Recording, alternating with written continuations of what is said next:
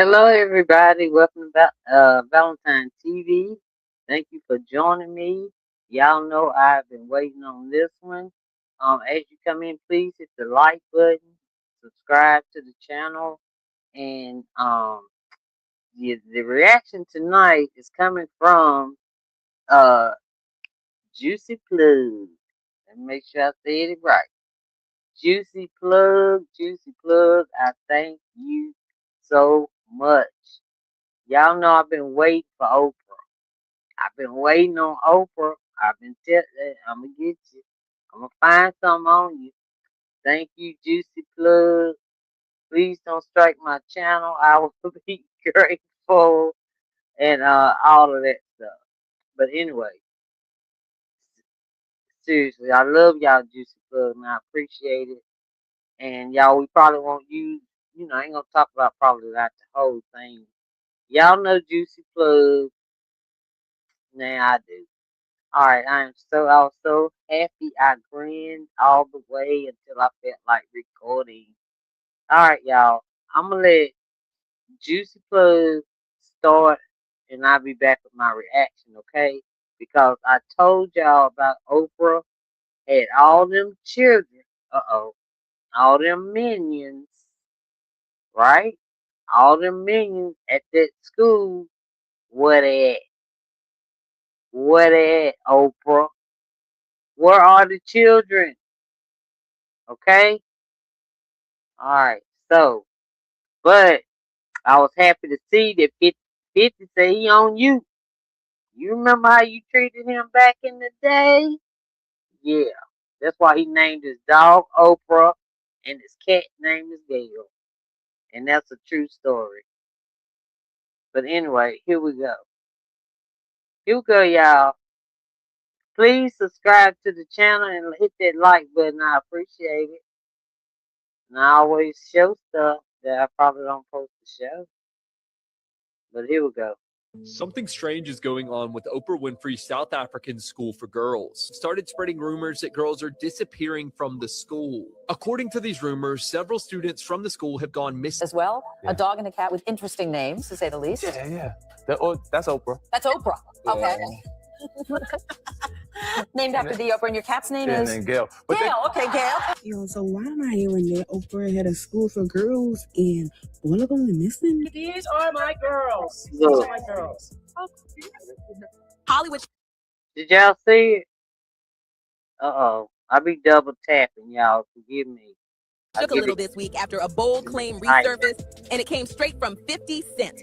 Out of nowhere, he brought Oprah Winfrey's name back into the spotlight, hinting that her reputation might not be as flawless as people think. The story took a sharp turn fast, leaving viewers wondering what really happened behind the scenes between these two powerful figures. For years, whispers have been floating around about Oprah allegedly blocking opportunities for certain black actors, supposedly to keep her own influence untouched at the top of the industry.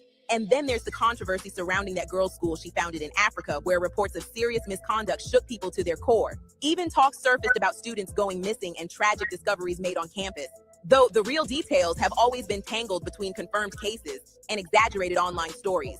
So what's real and what's just rumor? And y'all know that Oprah, I'm saying since she had the Minion School, y'all know she been to the island. Y'all know she took a trip to the island. I don't know if she had Minion passengers or not, okay? But I know, where are they though? Where are they? One thing that is clear is how long the tension between Oprah and 50 Cent has been brewing. From the very beginning of his rise in entertainment, 50 made it known he wanted to sit down with her, hoping to reshape how the world viewed him, not just as a former street figure from Jamaica, Queens, but as a rapper who beat the odds and built himself into something bigger. But when the idea reached Oprah, she reportedly didn't want to associate with him at all. She wasn't a fan of his image or his music, and she didn't hide it either. And if there's one thing about 50 Cent, he's never been the type to stay quiet. Favorite meal for him when he was growing up, his favorite food was pork and beans and Franks. Really? You still like them? Yeah, it was the fastest. Things for you. He fired back hard, saying Oprah didn't rock with the culture he came from, and even joked that she acted black on the outside and white on the inside. He doubled down, saying, "I think she caters to older white women," insisting that her audience had nothing in common with the people who supported his music. According to him, Oprah's values didn't align with what he represented, so she would never welcome him onto her show. Cause y'all know Oprah liked to even to up to Tony Braxton. Even Tony Braxton. She made Tony Braxton cry behind backstage, y'all. The way she diminished that woman on stage. My Yeah, well, I just seen you wearing this high price stuff. That's when Tony was talking about when her money was looking funny. A little low there. And then she was talking about all the high price stuff Tony Braxton had. Like there was any of the audience business or even hers. That was they were going to show for one purpose. And Oprah would flip the script once they sit in that darn chair, and then they would edit it to make it look like to make them the black people look just totally whatever. But Oprah looked great, of course. Like, here we go. Maybe to show some. But instead of feeling shut out, he flipped the whole situation and claimed that being denied by someone at her level actually proved how far he had come. 50 Cent once said, "If we can't be cool, then let's just admit we're on opposite sides." And he meant every word. He claimed that leaning into the tension with Oprah actually worked out better for him in the long run. But here's the twist. That sit-down interview everyone remembers? According to him, it didn't happen because Oprah suddenly changed her mind. Made about, I was there for a crash for the movie. Yeah. Basically, she said something about not agreeing with my music, but she thought I did great in the movie. And of course, I was up there with the whole cast of Crash. And so I didn't necessarily feel like that needed to be said. You didn't agree with my music. And even if you don't agree with certain songs I made, say you don't agree with certain songs, don't say you just don't agree with all of my music. It happened because certain people behind the scenes allegedly pushed her into it. And he was up there just to promote a movie. Nothing about music, but she brought that up. A big, bright idea, huh? 50 was dominating the industry at the time, and having him on her show meant guaranteed ratings. But 50 wasn't the only one who felt targeted. Ludacris had his own story, and he wasn't quiet about it either. When Ludacris joined Oprah's show to promote the movie Crash with the rest of the cast, he walked in expecting a normal press conversation. Instead, he claimed Oprah barely acknowledged the film and went straight into questioning him about the language in his music, especially the N-word. The whole point of his appearance was supposed to be the movie, but the interview took a completely different direction. And according to Ludacris, things didn't stop there. He later said Oprah cut out parts of his responses, making him look less articulate and reinforcing stereotypes that he felt were already being pushed onto black entertainers. To him, it felt like he was being used to appeal to a specific audience, even if it meant harming his reputation. Then came Dave Chappelle, another name often brought up when people talk about Oprah's most controversial interviews. After Dave walked away from that massive $50 million deal with Comedy Central, he appeared on Oprah's show to talk about what happened. But according to people who followed the situation closely, the interview felt tense. Many believed Oprah was trying to get Dave to admit to struggling with substances, even though that wasn't what he said publicly at the time. Rumors were swirling everywhere about the real reason he turned down the contract, with some claiming the terms were so intense that he felt unsafe after rejecting it. Dang. Yeah. She said, and then this ludicrous. The film is showing the people's pictures, but it ain't, so I just let y'all know this ludicrous. This what she did when she edited his stuff out, right? At my rebuttal, and when I saw the final show, her comments were in there. Hers was in there, but yours wasn't in there. And mine weren't in there, so it just looked like I kind of took it. Wow. Like it was just quiet. And the story surrounding Dave Chappelle only grew more complicated once he... But let me skip and get to these children, because that's what I want. What them cheering at? Let me see what's going on right here. Uh-oh. Sorry. Pure 50 Cent energy. But the drama didn't stop with Monique. 50 Cent also reignited old conversations about Oprah's rumored ties to Harvey Weinstein, along with the controversy surrounding the girls' school she founded in South Africa. Both topics that have floated around the internet for years. Back when Oprah and Harvey were both dominating Hollywood, they were seen together often. Red carpets, industry events, even film projects. People describe them as a powerful duo in the entertainment world, strictly business, but highly connected. But after Harvey's downfall, Oprah distanced herself and said she had no knowledge of his misconduct. Critics pushed back, claiming she attended some of the same high-profile gatherings he did and questioning how much she truly knew. These were all public debates, of course, never proven facts. But the internet didn't hold back. And then came the conversation about her school in South Africa. When the academy opened in 2007, it was supposed to be Oprah's dream project, a place for young girls to learn and grow. But things took a dark turn when a dormitory staff member, Virginia Tiny Mokopo, was charged with multiple counts of misconduct towards students. Black man. So no, I was not blackballed. I was whiteballed. You are not paying me for me. You are not Of the children involved. To this day, the story remains one of the most troubling chapters associated with Oprah's name. And 50 Cent never hesitated to bring it up whenever her public image came into question.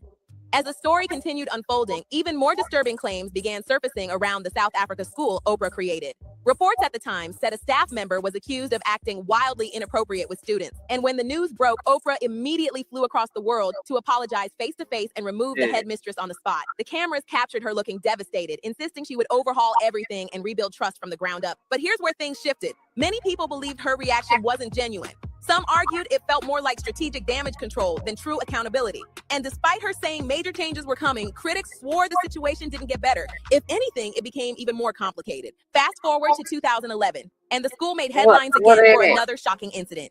One of the students secretly gave birth without anyone knowing she had even been pregnant. When the situation was discovered, rumors exploded online with every kind of wild explanation you could imagine, including bizarre whispers about supposed rituals. None of these claims were proven, but that didn't stop the internet from running. Cause y'all know they do them rituals on melanated minions. That's what they like, melanated minions. They like to drink the red stuff, okay? I don't know. With them, it quickly turned into a storm of speculation, conspiracy posts, and theories that spiraled so far beyond the facts that no one knew what was real anymore. Whenever Oprah found herself in the center of controversy, the internet reacted instantly and loudly. Some people had extremely strong opinions, including claims that she had suspicious connections or friendships with high-profile individuals who were later exposed for wrongdoing. One person online even said Oprah was close with Epstein and pushed the idea that she had visited his island, a claim that circulated heavily but was never backed by evidence. Still, you know how the internet works. Once a rumor catches fire, it spreads whether it's true or not. Another person posted about how Oprah's influence in the her name on the Epstein file. Thing, I know Ellen DeGeneres on there. So yeah. Oh, sorry if I'm yelling, y'all. No Ellen DeGeneres on there. Oprah. Ooh. Black community needed to be questioned. Their words were blunt. Oprah has been an issue for the Black community. We got to stop supporting someone just because they're Black. Character matters. African school for girls. Go look and see what happened to them girls. So Oprah opened the school all the way back in 2007. And since the school's opening, it has been marred with many different controversies. You see, shortly after the school opened, a matron of the school was charged with touching several of the girls in a very inappropriate manner. When the crime eventually came to light, Oprah herself went to fire the school's headmistress. Then, in another incident that happened in 2011, law enforcement investigated the body of a newborn that was found in one of the students' bags. Apparently, one of the girls at the school gave birth, but there were no charges filed against her after this incident. There were also other scandals the school was involved in. Whether people agreed with that or not, it showed how divided the conversation. The point of the matter is, Oprah is wicked. She is not. She was at the Diddy parties. She was with the Weinstein. Who was that? Who's that dude in that darn white? Talking about he can heal people. I probably passed it, but yeah. Anyway, y'all get my drill. What is the children, Oprah? That's what I want to know. What the children at? These. Wait a minute. Them right there. What they at? And it's more than that, y'all. Oprah got, it's more than that. And then one of them gave birth and put the baby in a bag. So I wonder what did they do with it, really? Because they never finished telling the story about none of it, about the school since 2017. So where are the children? Where the school?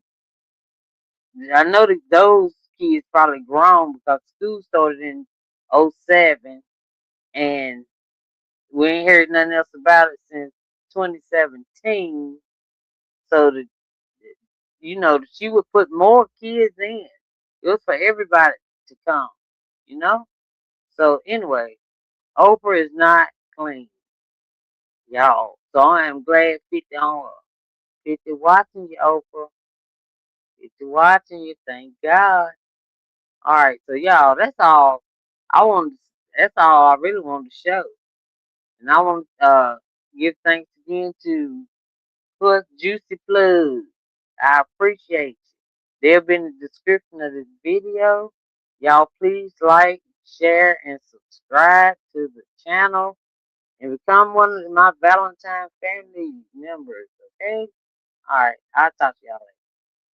All right, bye, y'all.